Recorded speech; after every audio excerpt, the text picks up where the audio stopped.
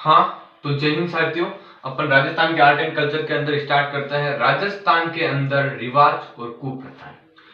Rajasthan police, Rajasthan constable, Rajasthan पटवार के अंदर लगने वाला स्पेशल टॉपिक, कुछ भी हो या ना हो, लेकिन राजस्थान पुलिस में जो स्पेशल टॉपिक लगता है वो यही लगता है, राजस्थान में प्रथा एवं रीति रिवाज। राजस्थान में कुछ ऐसी प्रथाएं हैं जो कुछ कुप्रथाएं हैं, यानी जो अच्छी तरीके से नहीं है, कुछ क्या होती है अच्छी प्रथाएं हैं। अब राजस्थान में प्रथा और रिवाज को एक एक तरीके से देखें। सबसे पहले संथारा या सलेखना। संथारा या सलेखना, आपने जैन धर्म पढ़ा होगा। जैन धर्म के अंदर मोक्ष प्राप्ति को क्या बताया था, यानी शरीर को त्यागना ही क्या कहलाता है, संथार या सलेखना। चंद्रगुप्त मौर्य ने भी अपने शरीर का त्याग किया, यानी शरीर का त्याग करो, इस मोह माया को छोड़ दो और भगवान में क्या हो जाओ, विलीन हो जाओ। यही क्या है, संथार या सलेखना विधि, जो जैन धर्म से क्या हुई थी, उत्पन्न हुई थी। यानी जैन धर्म के अंदर बताया गया है कि शरीर को त्यागना ही क्या कहलाता है, संथार या सलेखना विधि। दूसरी, समाधि प्रथा। समाधि प्रथा मुझे ज्यादा बताने की जरूरत नहीं है, आप सब जानते होंगे। समाधि पुराने जमाने में ली जाती है, लेकिन आजकल तो यह प्रथा क्या हो गई है, बंद हो चुकी है। क्योंकि समाधि या जल प्रथा, ये जो प्रथा चलती है ना, भारत का संविधान लागू हुआ, लागू होने के पश्चात भारत के संविधान का आर्टिकल नंबर 21 कहता है कि आपको जिंदगी जीने का अधिकार है।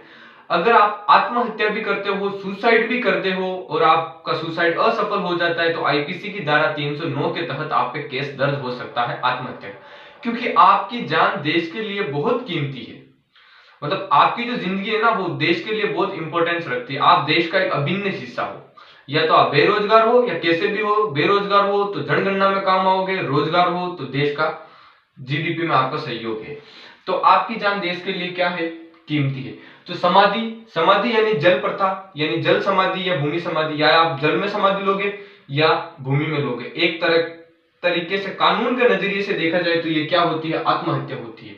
इसीलिए 1861 के अंदर इसके ऊपर कानून बनाकर समाधि प्रथा पर क्या लगा दी है, सरकार ने रोक लगा दी है। अब ये शब्द, तीन शब्द याद, सती प्रथा।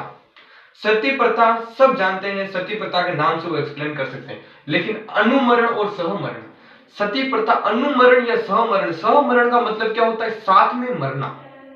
यानी किसी का पति मर जाए और उसके साथ में औरत भी मर जाए, तो वो क्या कहलाता है, सहमरण। यानी अनुमरण, किसी का अनुसरण करना, किसी के पथ प्रदर्शक करना, यानी सहमरण यानी साथ में मरना, या सती प्रथा। यानी भारत में जो सर्वप्रथम सती प्रथा का अभिलेख मिला था ना, जो भारत में सर्वप्रथम सती प्रथा का जो अपन को प्रमाण मिला था, वो एरन अभिलेख से मिला था, 510 ईस्वी के अंदर मिला था। भारत में प्रथम सती प्रथा का अभिलेख यानी 510 ईस्वी के अंदर एरन अभिलेख से मिला था। लेकिन राजस्थान में सती प्रथा का जो सर्वप्रथम अभिलेख, जो प्रमाण मिला था ना, वो मिला था गटियाला अभिलेख, जो जोधपुर के अंदर मिला था 861 ईस्वी के अंदर। यानी संपल देवी थी, संपल देवी थी जोधपुर के अंदर। तो राजस्थान और भारत दोनों को कंप्लीट करा दिया मैंने। भारत में सती प्रथा का प्रथम जो अपन को प्रमाण मिला, एरन अभिलेख 510 ईस्वी, और गटियाला अभिलेख जोधपुर के अंदर जो 861 ईस्वी के अंदर मिले थे। अब सती प्रथा, सती प्रथा के अंदर होता क्या है, सती प्रथा के अंदर ये होता है कि जैसे कोई व्यक्ति है, किसी व्यक्ति की क्या हो गई, मृत्यु हो गई। व्यक्ति की मृत्यु के पश्चात उसकी औरत को भी जिंदा जला दिया जाता था साथ में। ये अभी भी सती प्रथा चलती थी, लेकिन अब बंद हो चुकी, लेकिन राजस्थान के दक्षिणी इलाकों में चलती थी। मतलब अब तो बंद हो चुकी। अब ओनली फॉर एक डाकण प्रथा और है, वो थोड़ी चल रही है, जिसमें 2015 में कानून बना और 2016 में लागू हुआ था। ये राजस्थान का जो दक्षिणी इलाका होता है ना, डूंगरपुर, बांसवाड़ा, यानी टीएसपी एरिया, आदिवासी एरिया, वहां डाकण प्रथा थोड़ी चलती थी। अब वो भी धीरे धीरे लुप्त हो रही। सती प्रथा का मतलब क्या होता है, सती प्रथा का मतलब होता है पति की मृत्यु के बाद औरत को क्या कर देना, पति की मृत्यु के बाद औरत को भी उसके साथ में, उसकी पति की लगती हुई आग के अंदर औरत को भी जिंदा जला देते थे। ये क्या होता था, सती प्रथा होता था। क्यों सती प्रथा इसलिए होती थी, पहले किसी औरत का मान लो पति मर जाता था ना, तो उस औरत का कोई मुंह तक आदमी देखता था। मतलब उसको जिंदगी में इतने दुख और दर्द देखने पड़ते थे, जिसके कारण वो क्या हो जाती थी, सती हो जाती, यानी सती माँ का रूप लेती। अपन अभी बोलते हैं ना माता सती, तो वही तो है सती प्रथा। रोक किसने लगाई, रोक लगाई थी राजा राम मोहन राय ने, जिन्होंने 1829 के ऊपर इसके कानून बना दिया। और अंग्रेज अधिकारी साथ में था, विलियम बेटिंग। इसके अंदर आईपीसी की धारा कौन सी लगती है, 17 लगती है। आईपीसी की धारा 17, और यहाँ पे आईपीसी की धारा लगती है 309, आत्महत्या करने पर। तो राजा राम मोहन राय ने 1829 में इसके ऊपर कानून बनाया, विलियम बेटिंग के साथ। आईपीसी की धारा लगती है 17। अंतिम सती कौन थी, यह क्वेश्चन जरूर याद रखना। अंतिम सती थी रूप कंवर यानी देवराला कांड सीकर के अंदर हुआ था 1987 के अंदर। ये आप देख सकते हो कि अंतिम सती कौन थी, रूप कंवर, देवराला कांड सीकर के अंदर हुआ था 1987 के अंदर। तो सती प्रथा आपको समझ में आ गई। सती प्रथा और जौहर दोनों डिफरेंट होते हैं। जो स्टूडेंट यानी टावर कंफ्यूज होते हैं ना, वो सती प्रथा और जौहर के अंदर ही कंफ्यूज होते हैं। या मैंने लिख रखा है जौहर। जौहर होता है पति की मृत्यु के पहले, लेकिन सती बनती है औरत पति की मृत्यु के बाद। यानी सती पति की मृत्यु के बाद होती है और जौहर पति की मृत्यु से पहले किया जाता है। अब जौहर पति की मृत्यु के पहले, जौहर में क्या होता था, जौहर क्यों होता था, जौहर इसलिए किया जाता था जैसे कोई दुर्ग है, उसके ऊपर किसी विदेशी राजा का क्या हो गया, आक्रमण हो गया। आक्रमण होने के पश्चात वो विदेशी राजा मेन किस लिए आक्रमण करते थे, दुर्ग को हड़पने के लिए, सोने चांदी और औरतों को उठाने के लिए।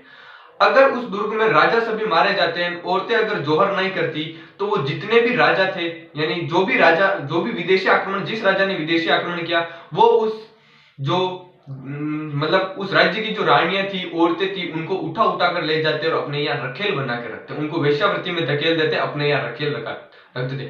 इसीलिए औरतें अपने मान सम्मान को बचाने के लिए क्या करती थी, जौहर करती थी। तो राजस्थान के अंदर जो जौहर का यानी साके के अंदर जौहर होता है और केसरिया।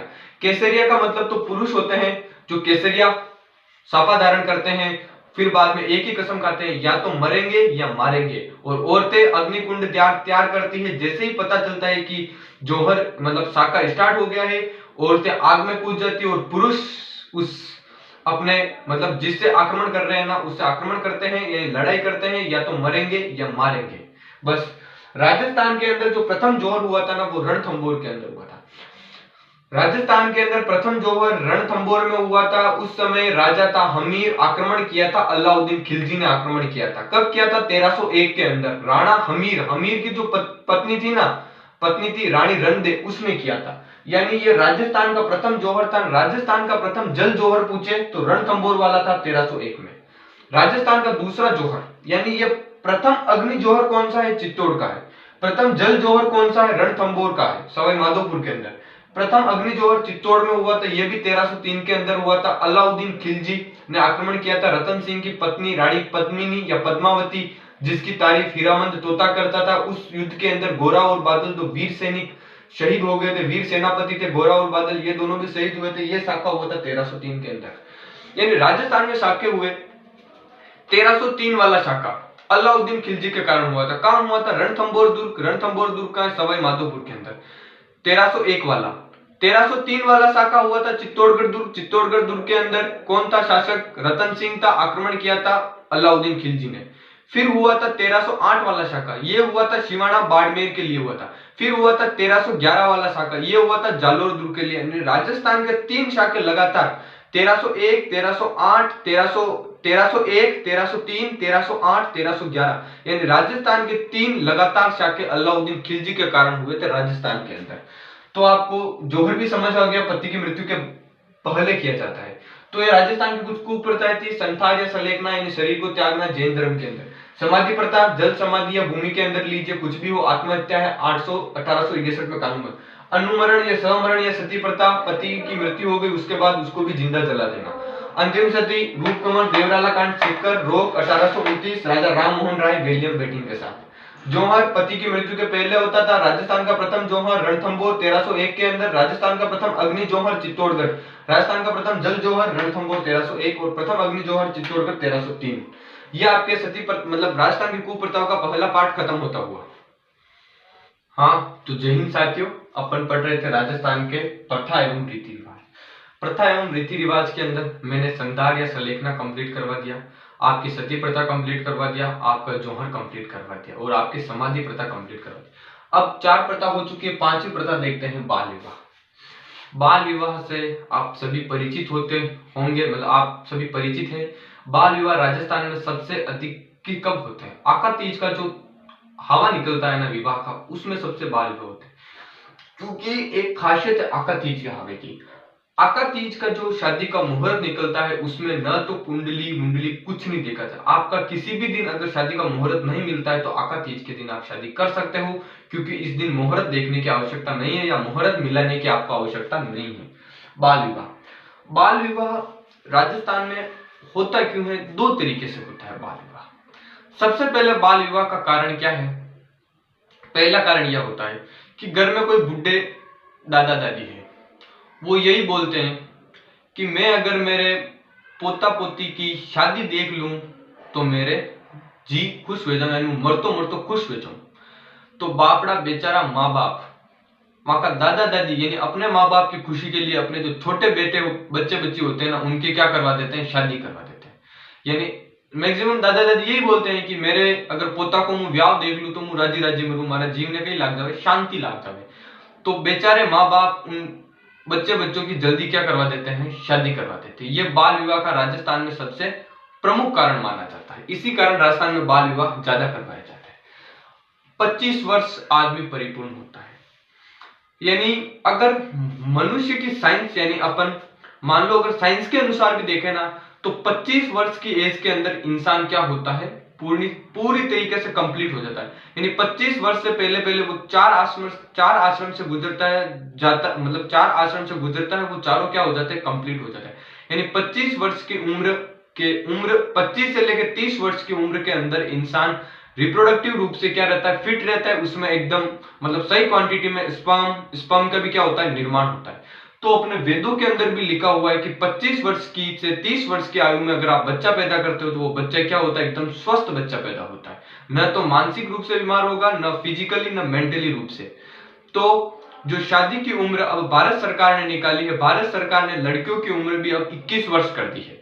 पहले 21 वर्ष पुरुषों की थी, 18 वर्ष महिला की थी। यानी इस पर जो सर्वप्रथम रोक लगाई थी वो लगाई थी जोधपुर रियासत ने लगाई थी। और बाल विवाह को रोकने के लिए एक कानून लाया गया था, वो था शारदा एक्ट था। शारदा एक्ट 1978 के अंदर बना और 1 अप्रैल 1978 के अंदर नहीं 1929 सॉरी स्टूडेंट, शारदा एक्ट 1929 के अंदर बना था, 1929 में बना और ये लागू हुआ था 1 अप्रैल 1929 को ये लागू हो गया था। लेकिन उस समय जो उम्र थी ना वो 14 वर्ष थी लड़कियों की उम्र, 18 वर्ष थी लड़कों की उम्र। लेकिन 1978 में संशोधन करके पुरुषों की उम्र की गई थी अपने 21 वर्ष और महिलाओं की यानी लड़कियों की उम्र की गई थी 18 वर्ष। अब तो लड़कियों की उम्र भी 21 वर्ष कर दी गई है। तो आप बाल विवाह समझ गए होंगे। राजस्थान में बाल विवाह सबसे ज्यादा आखा तीज के होते हैं। राजस्थान में सर्वप्रथम रोक लगाने वाली रियासत पूछे तो जोधपुर। कौन सा कानून बना है? शारदा एक्ट 1829 में बना, लागू हुआ था 1 अप्रैल 1929 को और संशोधन हुआ था 1978 को, जिसके अंदर महिलाओं की उम्र 18 वर्ष और पुरुषों की उम्र 21 वर्ष कर दी गई थी। अब दूसरी कुप्रथा देखते हैं। दूसरी है विधवा पुनर्विवाह। पुराने जमाने में ऐसा होता था कि पहले के लोग में मतलब अभी नहीं पहले कि जो विधवा औरतें हो जाती थी ना वो कभी शादी नहीं कर पाती थी वापस। पुरुष की वाइफ यानी पुरुष की जो घरवाली है वो अगर मर गई तो फिर से वो शादी कर लेता है। लेकिन एक बार स्त्री अगर विधवा हो गई तो वो शादी नहीं कर पाती थी। उनका जो जन्म उनका जो जीवन था ना वो नर्क के समान बना देता। न तो वो किसी मांगलिक कार्य में उपस्थित हो पाती थी, न सुबह सुबह वो घर से बाहर जल्दी निकल पाती थी। अगर घर से बाहर विधवा औरत का मुंह देखा जाता था तो ऐसे बोला था बांझ रहेगी, मतलब पूरा दिन खराब होता था। इसीलिए तो सती प्रथा स्टार्ट हुई थी, इसीलिए औरतों ने खुद मर जाना स्वीकार कर लिया, लेकिन ये विधवा पुनर्विवाह यानी विधवा का जीवन स्वीकार नहीं किया था। फिर अधिनियम बना था 1856 के अंदर। 1856 के अंदर अधिनियम बना, इसके अंदर जो भारत में सबसे ज्यादा विधवा पुनर्विवाह के एक्ट को लाने में सबसे ज्यादा जो जोर दिया था ना वो दिया था ईश्वरचंद विद्यासागर ने। ईश्वरचंद विद्यासागर ने सबसे ज्यादा प्रयास किए। इनके साथ एक अंग्रेजी अधिकारी भी थे, उनका नाम था डलहौजी। ये भी विधवा पुनर्विवाह एक्ट लाने के क्या थे? पक्ष में थे। यानी 1856 के अंदर बना था और इसके अंदर आईपीसी की कितनी धाराएं हैं? 5 धारा लगती है।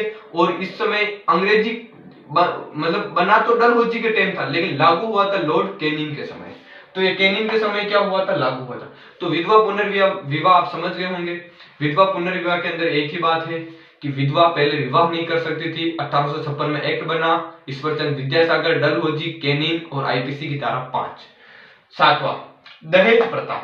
दहेज प्रथा का मतलब तो आप जानते होंगे, दहेज कुछ लड़की वालों से पैसे लिए जाते हैं। पहले ही एक तो लड़की वाले गरीब होते हैं, माँ बाप, इसीलिए तो कन्या भ्रूण हत्या बढ़ी थी क्योंकि बेटी बोझ बन गई थी। क्योंकि जैसे ही बेटी पैदा होती थी, बाप पैसा इकट्ठा करने लग जाता था कि इसके दहेज में अब कितना देना पड़ेगा हमको, तो इसीलिए लड़की बोझ बन गई थी, तो कन्या भ्रूण हत्या स्टार्ट कर दी थी। अब तो कन्या भ्रूण हत्या को भी बंद कर दिया गया था।